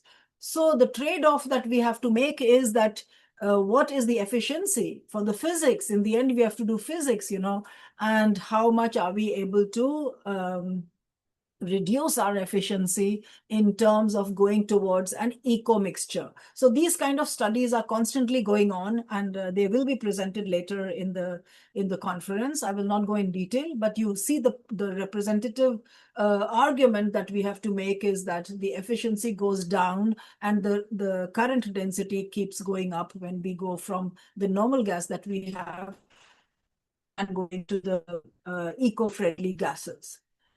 Okay, so purification and monitoring. Okay, this I think I will skip because it is kind of clear what we want to do. I just want to highlight a lot of effort has gone into the GIF, where in the GIF is the gamma irradiation facility at CERN. It has a cesium source, and you can constantly irradiate the detector, simulating the environment in the experiment. And you will be also having a possibility of exposing the detector to particle beams like muons, and you are able to then measure efficiencies. So these are the big work that have constantly been going on for the last decade, if I remember well. And people have put in a large amount of effort into validating the systems for different experiments with the different detectors. And clearly there is a network now that we have with all the handles that move the gas quality monitoring from diagnostics to prevention. So we can change the flow. We know the current also depends on the flow, on the pressure, clearly, on the humidity, on the oxygen, on HF. So hydrofluoric acid actually forms when you have the fluorine radical in the gas mixture. And that is very challenging to remove, and it has to be removed because HF is an acidic kind of agent, and it can eat up the detector components, and it has happened in the past. And obviously, we have to constantly monitor that the gas composition is within the specifications. The dark currents can't be, moving up, and the leak rate has to be below the threshold that we have. So treating the whole system as a sensor network is the way that we have to move forward. Recuperation, clearly, we have to recover what we cannot yet replace. For example, for the greener or low, the eco gases, because we have Freon and CF4, which are high value and high GWP gases. We cannot replace them, so we need to recover them and then recuperate them. It's a constant challenge, but it has been done, and we have the results already in operating have been demonstrated, and you will also see some of these results in the presentations that will come in the future. Okay, so CF4 is clearly a very fast gas, as people know, and we love to introduce a little CF4 to make our detector fast. So how to be, if you are using a micropattern detector, then you have the CF4 as a high GWP, but a very valuable detector gas because it's very fast. Similarly, for the Rich2, it's a Cherenkov radiator. So we need to make the future systems in such a way that we do not go back from the green design, but make responsible bridges as we need for the future. All right, so I think by now it is clear that the eco gases we are really a program of R&D and not just change the procurement sheet. We need to have a complete system of R&D so that we understand that the mixture, the electronics, the operating conditions, the aging of the detector, and the experimental impact, for example, the physics that we want to do, and of course the environment, they are all in tune with each other. So RPCs themselves, okay, everybody knows about RPCs. They are such sturdy detectors. They are very powerful, but the chemistry is definitely now the target of the sustainability challenge. All right, so aging campaign, I'm going to move a bit just to show you the work that is already going on, because my time is also running out fast, so I need to move ahead. We do need to recover what we cannot replace, and we have constantly been working on it at the GIF and also with the gas recirculation system at CMS and Atlas, as you see. What was this one? Yes. Okay. Many different mixtures have been proposed, and they are active already in the aging campaign that is going on in the gamma radiation facility. So moving on now to the GEMS.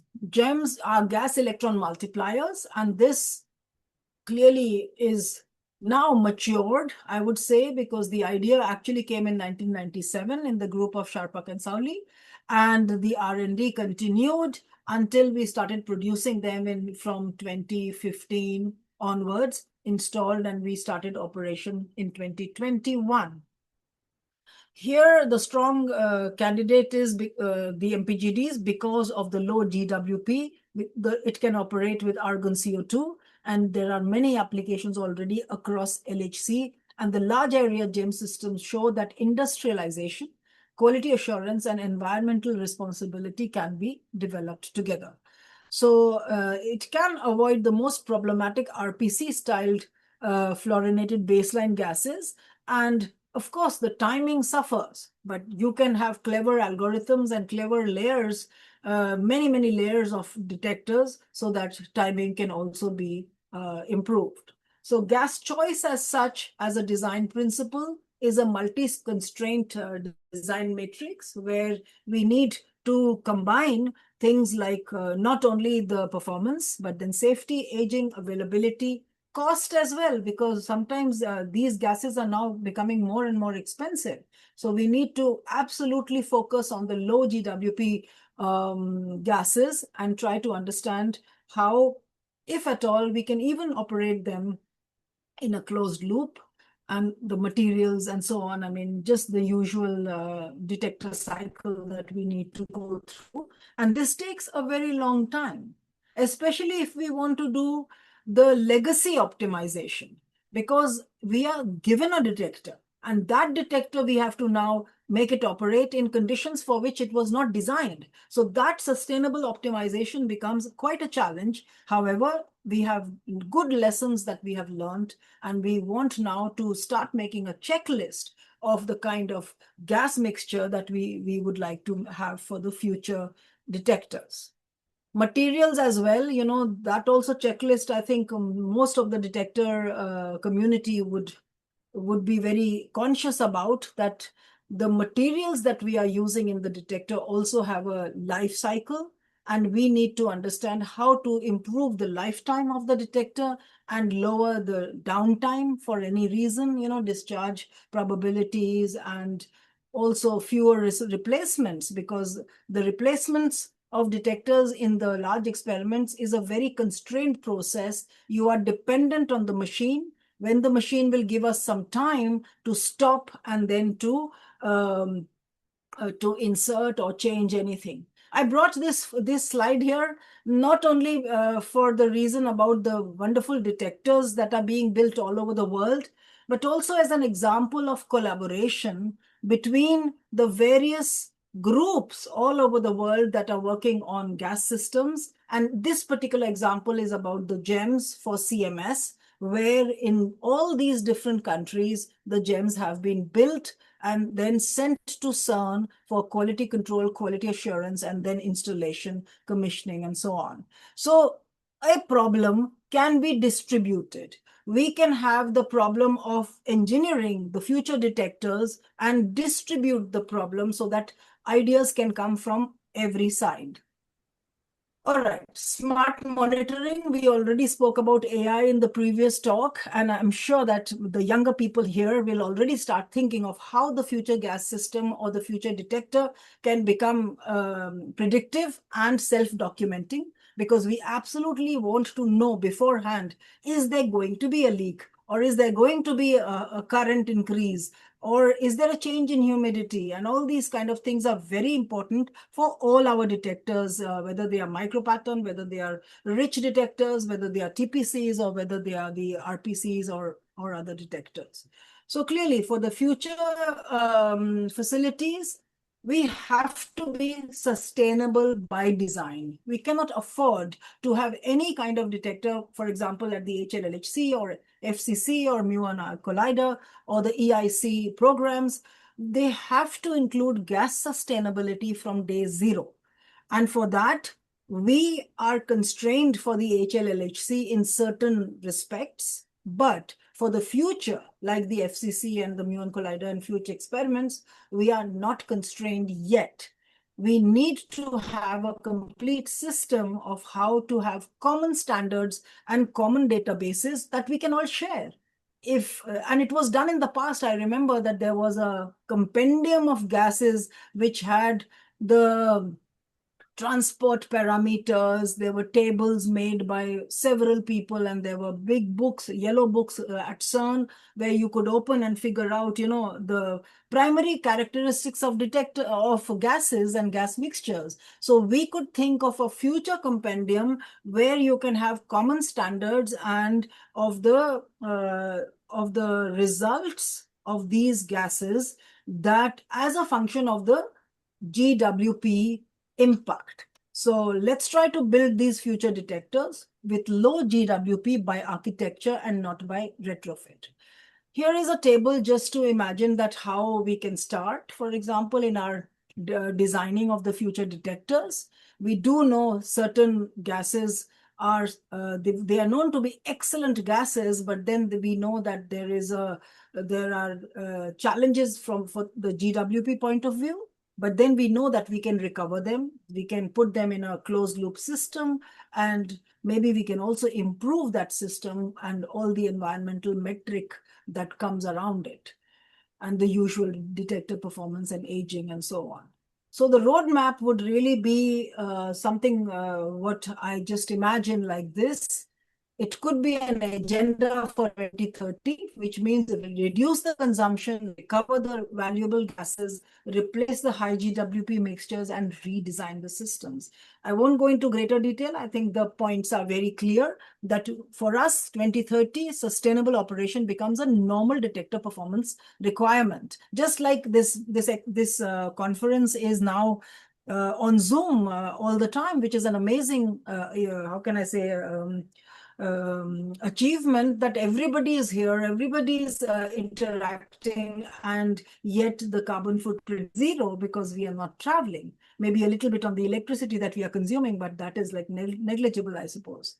So yes, I think I will move to the conclusions now, the lessons that we have, because the first wave of sustainability work has already taught us many lessons, that there is no silver bullet. We need to redesign, and we have to do it together for the future.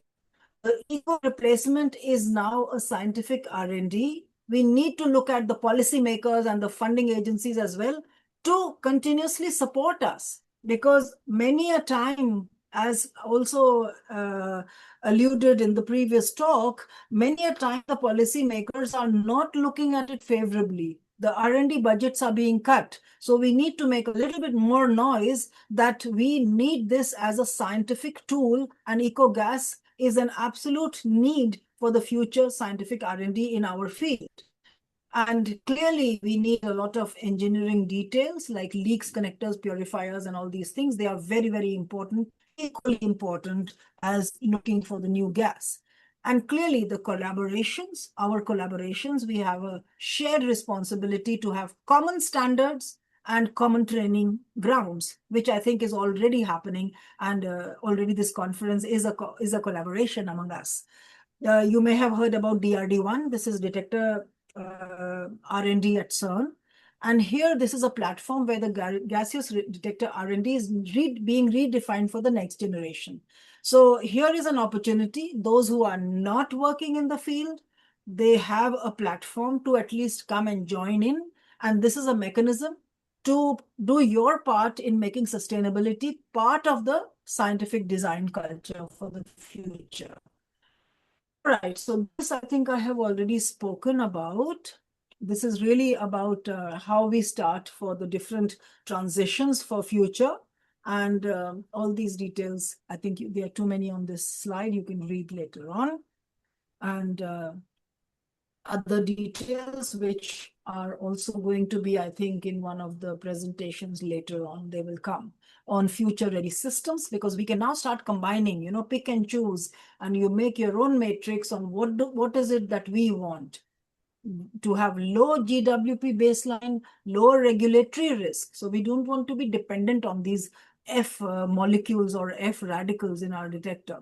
We want to have closed loop friendly gases. We want to have, obviously, the highest rate capability and fine segmentation, robustness and scalability. And then, of course, we need to be future ready as well. Nevertheless, it is not a solved problem. There are still miles to go. And of course, each of us has a big, let's say, palette of where we are able to contribute. There are many different systems where we can contribute. And this slide is putting out there many ideas on where whoever thinks that they might have some ideas, they can come forward and try to contribute in different ways towards a future circular collider muon system gas optimization. This is just an idea, by the way. It's not a program as yet, but very soon it will become a program. So now I come to the end, nearing to the end. So our community has been always solving problems that once seemed impossible. And I have gone through that process of being completely lacking in confidence of whether we'll be able to do it or not. And slowly, we always found a solution. And I think that is the confidence that we have today for the future as well, that we have learned to build these detectors which are so fast. We are measuring particles that are existing for less than a trillionth of a second. But then today we have a new challenge. We are not only looking for the secrets of the universe, but we have to do it responsibly. So the future of high energy physics will not only be judged by discoveries. You can imagine, we discovered the Higgs boson, and we are looking for, future discoveries and future, hints for dark matter and so on. But the general people in the village that you saw by the previous speaker, they look at the impact of what we are doing on the planet. They couldn't care less about the Higgs boson. And then when we go to the policymakers, or we go to the government, or we go to speak to people about the work that we do, we need to convince them that we are doing responsible science and we are doing sustainable science. So today we need to optimize the legacy of the experiments that we are going to leave behind.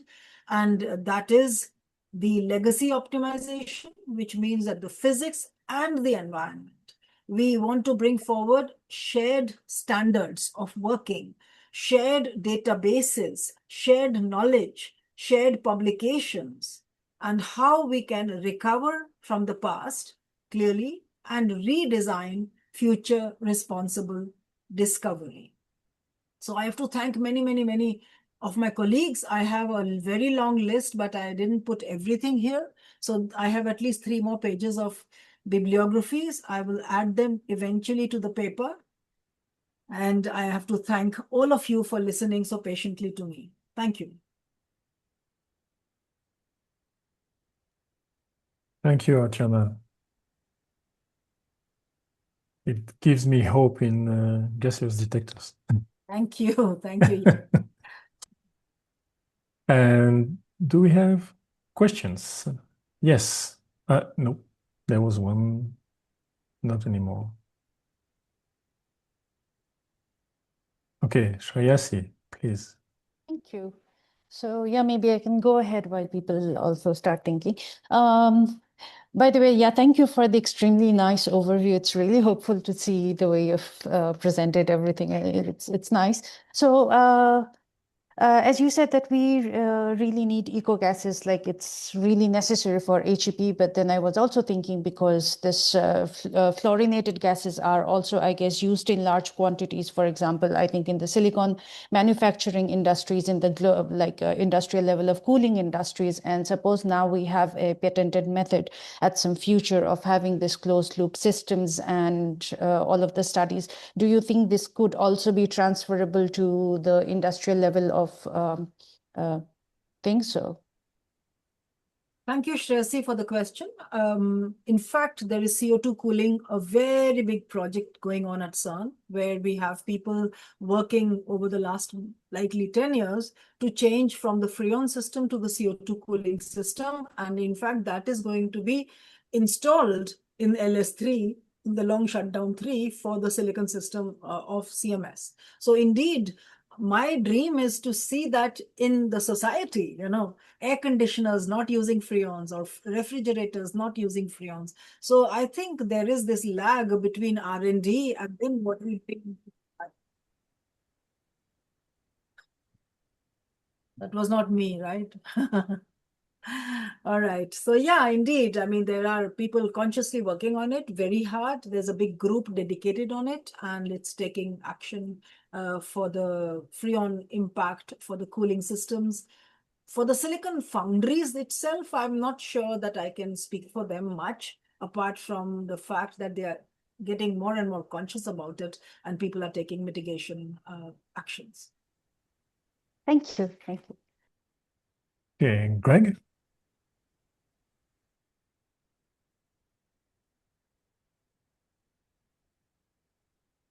Greg, you had a question? Hello, can you hear me? Yes. Yes.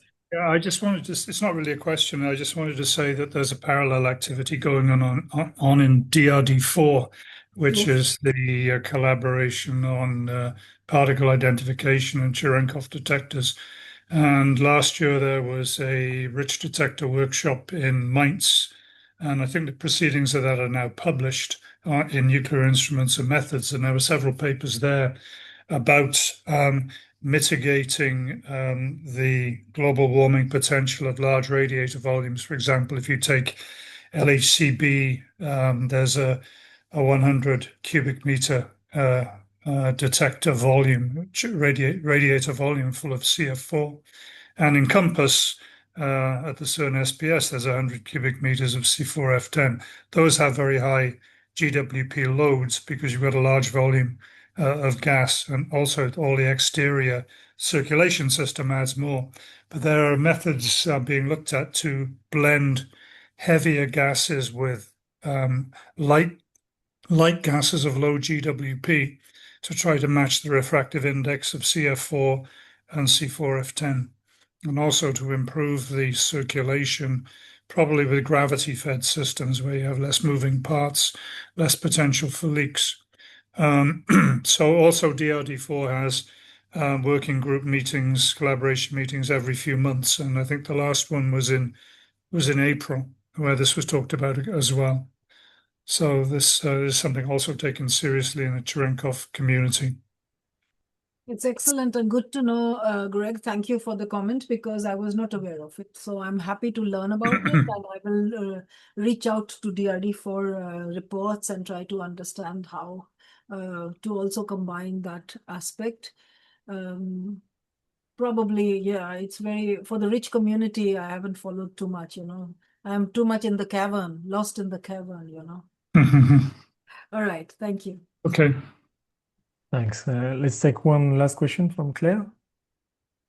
Hi, thank you for the great talk. When I saw your slide on talking about the gems being produced collaboratively, it sort of like got me thinking, and I'm wondering if you have any idea the effects or like the sustainable environmental impact of like this collaborative approach to building detectors like at different universities and stuff. I feel like that's a really, really big like strength of like the collaboration and like nature of CERN and everything. And I wonder if there's an environmental impact to that that's comparable to like some of the other detectors and stuff.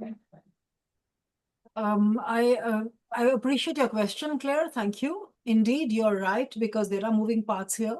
And obviously, this will entail some kind of transport, without which you can't really build the detectors. However, being a collaboration also needs a little bit of democratization, which means everybody gets an opportunity to do something. Otherwise, everything is done at CERN. Everybody can come to CERN. That also costs money. So we need to share the work beginning from the R&D, and every group comes forward with what they can do. It's not like imperative to do this. Obviously, if we had infinite time and infinite money, we would do it at CERN. And that's not what we want to do. I mean, there's a certain part of it, also technology transfer, training, and the impact in local institutions, wherever we are, whether it's South America or whether it's India or Sri Lanka, Europe certainly is easier to, so to speak. But one of my goals has also been the democratization of knowledge distribution and capacity development, So I feel we have to understand the balance in between, we have to see people, I mean, yes, I'm going to do the calculation. You have raised a fair point. So I'm going to do the calculation, and maybe in the next time when I come back, I'm going to tell you what is the gain that we have and what is the impact that we have. And so we need to come middle ground somewhere on understanding how well we can share the work and share the learnings. Thank you. Actually, I think given the scales of direct emissions at CERN from those gases, there will be no match. But it's a fair point. I agree. And by the way, would you sorry to hijack with yet another question. Would you know how the direct emissions have evolved since the last CERN report? Have there been more improvements, for instance, at CMS and Atlas in recovery and recirculation compared to numbers we see up to 2024? Because we are still away from the target for the end of run 3. I think we have a report coming out, or it has just come out, and I must admit I've got a copy, but I haven't had a time to look into it yet. Okay, thanks. So we'll take a short break to keep on time. Hopefully you won't be too fed up with us. We'll start at 1:15, so it's just a 6-minute break, sorry. But this way we are not penalizing the next speakers. They will be speaking on time and people can attend at the right time as well. So see you very soon. Thank you all, and have a good conference. Yeah. And thank you again, Archana. Thank you. Yeah, thank you very much.